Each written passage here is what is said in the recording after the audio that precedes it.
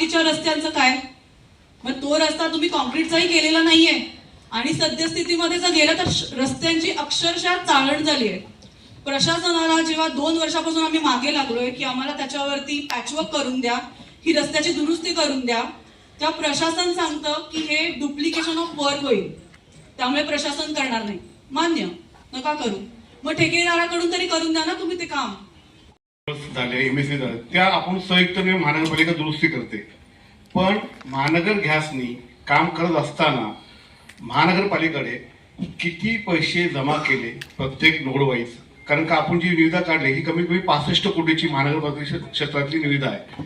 तर प्रत्येक node wise महानगर गॅसने आतापर्यंत जे खोदकाम केलं त्याच्याबद्दल महानगरपालिकेने किती पैसे जमा केले, त्याबद्दल महानगरपालिकेने किती रस्त्याची दुरुस्ती केली याची सूचना आम्हा सर्वसाधारण करावी. दुसरा विषय साहेब, हा जो विषय आहे, जर डांबरीकरणाचा विषय जर झाला तर शासन निर्णयानुसार 15 ऑक्टोबर नंतर हे काम चालू करण्यात येतं. म्हणजे डांबराचे जे प्लांट आहेत ते 15 ऑक्टोबर नंतर चालू होतात. तर त्या जागी जर दुरुस्ती करण्यात आली तर महानगर कोणत्या मटेरियलनी ही रस्त्याची दुरुस्ती केली जाईल? कारण का खड्डे तर साहेब खूपच आहेत. आता गणेशोत्सव आले आहेत, पूर्ण प्रभाग समिती डचं मी नेतृत्व करतो. तर आमची जेवढे नगरसेवक सर्वांचीच मागणी साहेब रस्ते दुरुस्ती झाली पाहिजे आणि जे काही ठेकेदार असतील साहेब जे काम करत नसतील त्यांना आपण ब्लॅक लिस्ट करावं ही आपल्याला विनंती करून थांबतो. मी प्रभाग 17 मध्ये आम्ही आहोत आणि प्रभाग 17ची सुद्धा परिस्थिती तीच आहे साहेब. जे काय गॅस पाईपलाईन साठी खड्डे म्हणजे जो हे केलं ट्रेंच खोदला होता त्याचं कमी जून जुलै पाऊस पडत्या पावसात सुद्धा डांबरीकरण केलं. आता बघा तर सर्व उखडलेलं आहे.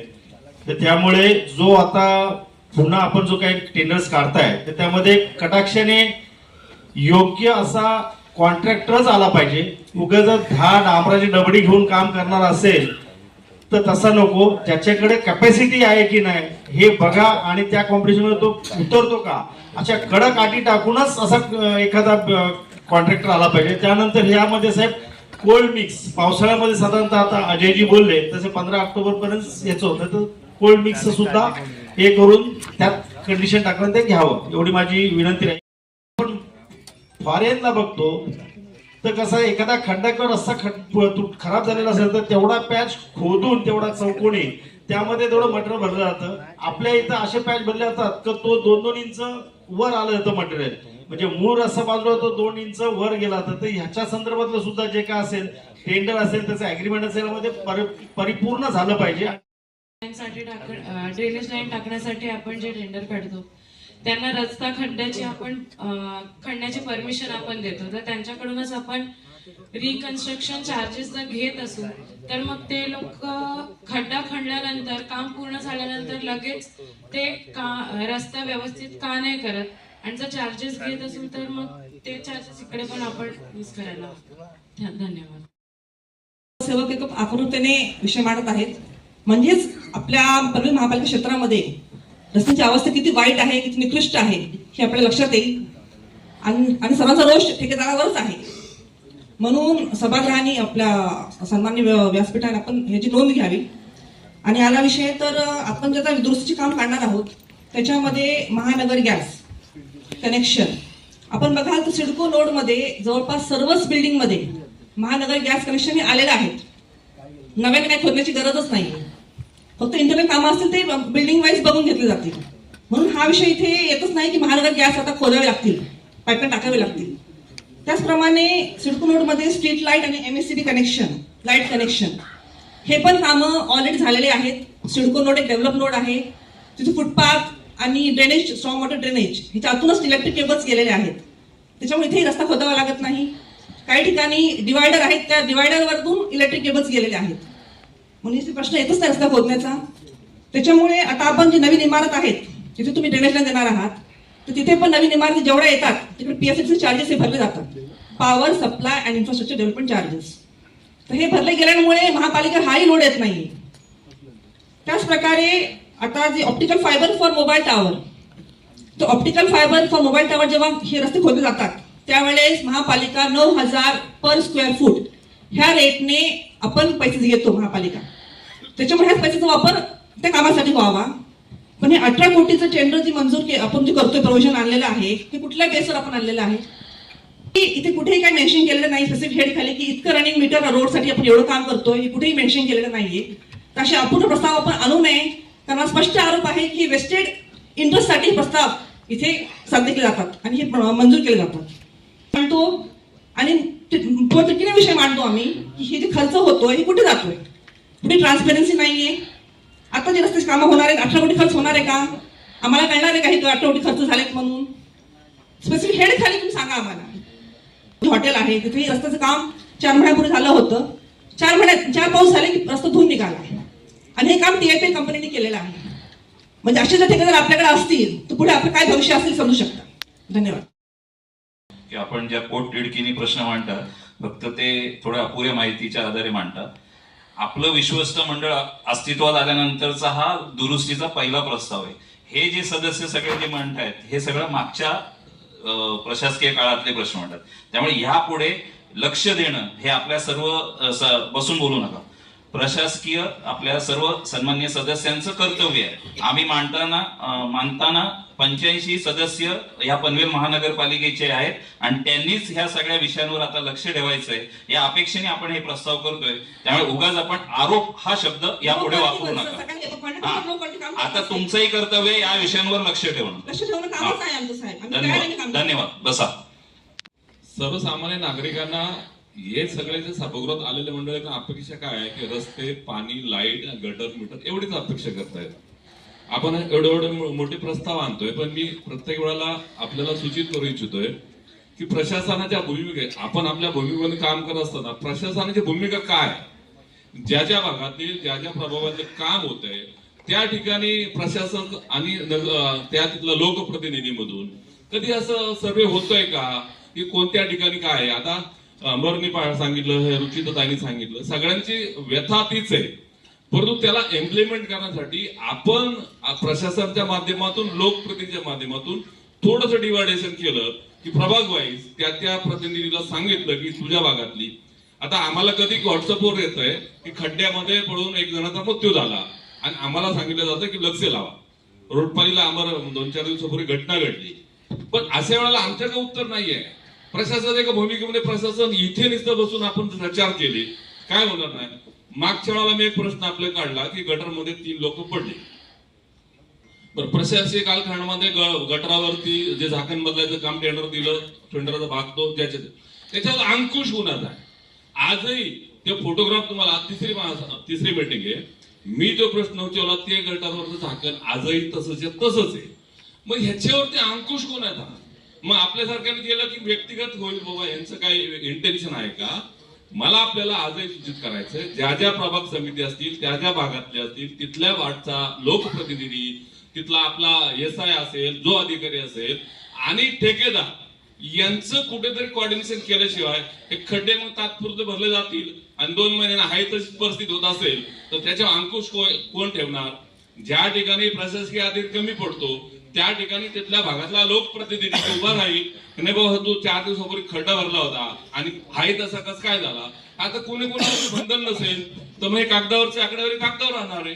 तर आपल्याला सर्वांना सगळ्यांची वेळाची आहे की आपण याच्यावरती प्रभाग वाईज काहीतरी इम्प्लिमेंट करावं ही आपल्याला विनंती आहे. सेक्टर 12 म्हणजे आमच्या प्रभाग 15 मध्ये बालभारतीच्या इथे खूप खड्डे पडलेले होते. मी मागे पण एक पत्र दिला होता. तसेच सेक्टर 11 मध्ये सुद्धा खूप रस्त्याचं वाईट अवस्था आहे. मी बऱ्याच वेळेला पत्र देऊन सुद्धा हे रस्ते झाले नाही.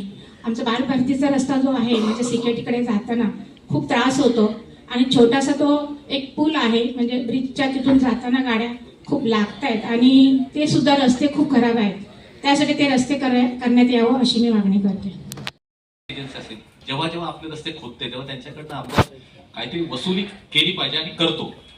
मग याच्यामध्ये काहीतरी आपल्याला समन्वय ठेवणं गरजेचं आहे. कारण काय होतं आता अमर पाटील यांनी विषय पण सांगितलं की रस्ता सांभाळण्यापूर्वी झाला आणि आता तो खोदला. तर असं होता का म्हणे, तर त्याचा एक समन्वय आपल्या याच्यामध्ये असणं गरजेचं आहे. कारण आपण पुढच्या 4-5 वर्षासाठी जर रस्ता करणार असू तर त्याच्यासाठी आपला समन्वय खूप गरजेचा आहे. त्याचबरोबर ह्या जो का प्रस्ताव आहे 4 प्रभागामध्ये आलेला त्याच्यात मागची काय स्थिती होती, ठीक आहे नवीन प्रस्ताव आहे पण तरी सुद्धा पाठीमागच्या 2-3 वर्षात प्रशासन होतं त्यावेळी काय खर्च केला आणि त्याच्यामुळे ही रस्त्याची परिस्थिती वाईट काय आहे तर आपण खर्च कमी केला किंवा काय त्याची खरे तर इतंभूत माहिती या प्रस्ताव सोबत असताना आवश्यक होती. के लिए वार्षिक टेंडर का मुद्दा में 2-3 मुद्दे हैं सर. अभी बारिश का टाइम में हॉट मिक्स का दामर प्लांट बंद रहता है, आपने काम नहीं करे 2-3 महीना. उसके लिए कोल्ड मिक्स का सर इसमें रेट कोट नहीं, बहुत जगह में भी कोल्ड मिक्स का पैच वर्क कर रहे हैं सर. एक मुद्दा हुआ है. दूसरा मुद्दा है सर 25-30 करोड़ का टेंडर हो गया, एक साल में पूरा रोड का रोड खड्डा गिर गया सर. ऐसा कॉन्ट्रैक्टर का आप ब्लैक लिस्ट में डाल दो सर, उसका काम मत दो. 30 करोड़ का काम करके एक साल में रोड पूरा खड्डा गिर गया, ऐसा कॉन्ट्रैक्टर का ब्लैक लिस्ट में डालना है, उसका काम ही नहीं देने का. एक दूसरा, अभी गणपति का फेस्टिवल आ रहा है सर, अपना प्रभाग क्रमांक 16 सेक्टर 1 से 11 तक हर गली में रोड पूरा खड्डा गिरा है. मैं आज भी सिटी इंजीनियर से बात किया सर, उसका विजिट करो, देखो कैसा क्या करने का. गणपति के लिए 22 दिन है, खाली 22 दिन में काम होना मांगते सब. कैसा भी करके सेक्टर 4 करो, सेक्टर 8 करो, सेक्टर 11 करो, और गणपति विसर्जन का अदय तालाब का सामने का रोड पूरा का पूरा कट और सेक्टर 6 का भी, सेक्टर 1 से 11 तक बोलते सब. इसका गणपति से पहला ये रोड होना मांगते सब. अभी टेंडर होके होने के लिए 2-3 महीना जाएगा सर. महानगर पालिका ये रोड जल्दी का जल्दी करके देते.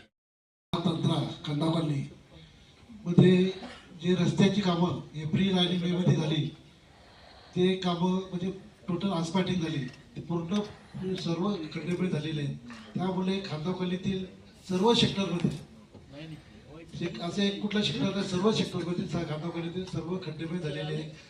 आणि तसेच खांदावलीतील सेक्टर 12 सिक्युरिटी कॉलेजपासून तर आपल्या ते रेल्वेच्या ब्रिजपर्यंत तोही सुद्धा रस्त्यात टोटल खड्डेमय झालेला आहे. तसंच त्याच्या तिकडच्या बाजूचा आपला अमरधाम म्हणून आहे MIDC, ते याच्यामध्ये सुद्धा ते जे आपलं गॅस पंप पेट्रोल पंप आहे तिथपासून तर परत रेल्वेच्या ह्याच्यापर्यंत तो रस्ता पूर्ण टोटल खराब झालेला आहे. हे दोन्ही रस्ते आपल्याला याच्यावरती करून घ्यायला लागतील, कारण लोक खातावली तिथून जास्त जाणं हे करतात, तर लोक तिथे आम्हाला घरोघर लोक शिवाय देतात. आणि खातावकालीतील सर्व सेक्टरमधील रस्ते खरोखरच खराब झालेले आहेत. खातावकालीमधील जास्त 3 ते 4 स्कूल आहेत.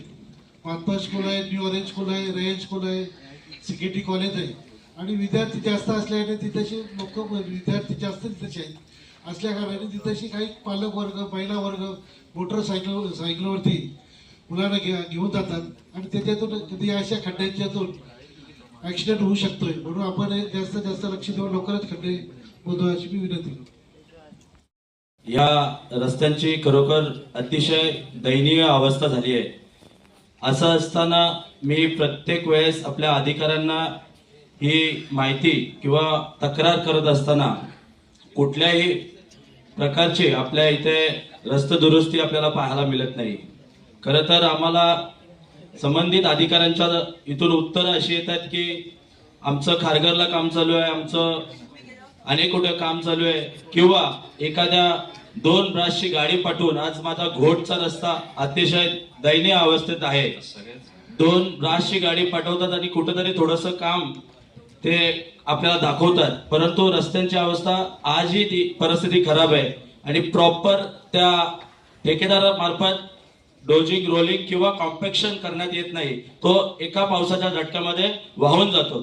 खरं तर असं असताना महापौर महोदय साहेब, आपण याच्यावरती गांभीर्याने लक्ष देऊन या गणपती उत्सव या 20 ते 25 दिवसावरती आलाय, लवकरात लवकर आपण या रस्त्यांवरती काम करावं. धन्यवाद. आधी दुरुस्ती व्हावी, आणि कारण हे रस्ते छोटे आहेत आणि यांची दुरुस्ती झाली तर गणेश उत्सवाच्या कार्यक्रमाला अजून चांगली भर पडेल. म्हणून लवकरात लवकर याची दुरुस्ती व्हावी. धन्यवाद. काम हे उत्तम होणं गरजेचं आहे, कारण की रस्त्यामधूनच काही गटर ड्रेनेज झालेले असतात, त्या ठिकाणी पण रस्त्यांची पूर्ण केलेली असते आणि मग काही दिवसांनी परत ती खोदली जाते. याची आपण दक्षता घ्यावी. धन्यवाद. साहेब, माझ्या वतीने काही सूचना आहेत. पहिलीच तर सूचना आहे का आपण लवकरात लवकर आमच्या बरेचसे सन्माननीय सदस्य नवीन आहेत, प्रशिक्षण लावा. कारण विषय सोडून बरेचसे सन्माननीय सदस्य विषय सोडून बोलत असतात, त्यामुळं सभागृहाचा वेळ जात आहे. या ठिकाणी अध्यक्ष महोदय, हे चारही प्रस्ताव आलेले आहेत. या ठिकाणी अंदाजे 60 ते 65 कोटी खर्च आहे. याच्या अगोदरही अशाच प्रकारे करोडो रुपये खर्च या रस्त्यांसाठी होत असतो. कारण हा पैसा जनतेचा आहे आणि हा योग्य ठिकाणी अध्यक्ष महोदय लागला पाहिजे. परंतु गेली कित्येक वर्ष बघतो का हा रस्ते दुरुस्तीचा जो खर्चाचा पैसा आहे तो योग्य ठिकाणी लागला जात नाही. त्यामुळे आज पावसाळा आल्यानंतर प्रत्येक प्रभागात आणि प्रत्येक वार्डात आपल्याला बोंबाबोंब चालू झालेली दिसते. दुभाजकाल ज्या कॉन्ट्रॅक्टरने टाकलेले डेब्रिज आहे ते त्वरित काढण्याचे आदेश देऊन त्यावर लाल माती टाकणं बंधनकारक करावं ही विनंती. महापौर साहेब कृपया लक्ष द्या. तुम्ही करा, पण तेव्हा बोट करता ते आपल्या महानगरपालिकेवर. म्हणून माझी या सभागृहाला विनंती आहे की आता 15 दिवसातच महाराष्ट्रातील सर्वात मोठा सण म्हणजे गणेशोत्सव, त्यानंतर नवरात्रोत्सव आणि त्यानंतर दीपावली असे मोठे सण येत आहेत. तर लवकरात लवकर प्रभाग 6 मधील कोपरा गाव असेल, सेक्टर 10 असेल, सेक्टर 2 असेल, सेक्टर 8 असेल, सेक्टर 11 असेल आणि सेक्टर 12 असेल, प्रभागातील सर्वच जे रस्ते येतील आणि प्रभागातील आमचे जे सर्व नगरसेवक, जे संबंधित नगरसेवक जे सुचवतील ते काम लवकरात लवकर करावे. हे रस्ते दुरुस्ती करता विषय आलेला आहे आणि अचानक युद्धाची भूमिका आल्यामुळे गॅसची लाईन आपल्याला करावं लागलं. हा परिपत्रक आलं आणि त्या परिपत्रकामध्ये प्रत्येक मीटर वाईज काम किती झालंय, किती गॅस लाईनच्या मध्ये हे केलंय याचा आपला पर डाटा पर डे मागत होते. म्हणजे अशा पद्धतीने शासनाचं सुद्धा आपल्याला कटिबद्ध आलेलं होतं. आणि महत्वाचं म्हणजे या विषयामध्ये का खड्डे करणे महत्वाचं आहे. ह्या घटना आपल्या नगरसेवका सुद्धा आपल्या या मेंबरने सुद्धा भोगलेल्या आहेत. या अशा दुर्घटना घटनेमुळे आपण गांभीर्याने राहायला पाहिजे. अटी शर्ती टाकूनच आपण याच्यामध्ये द्यावे आणि या प्रस्तावाला मान्यता द्यावी अशी मी मागणी करतो.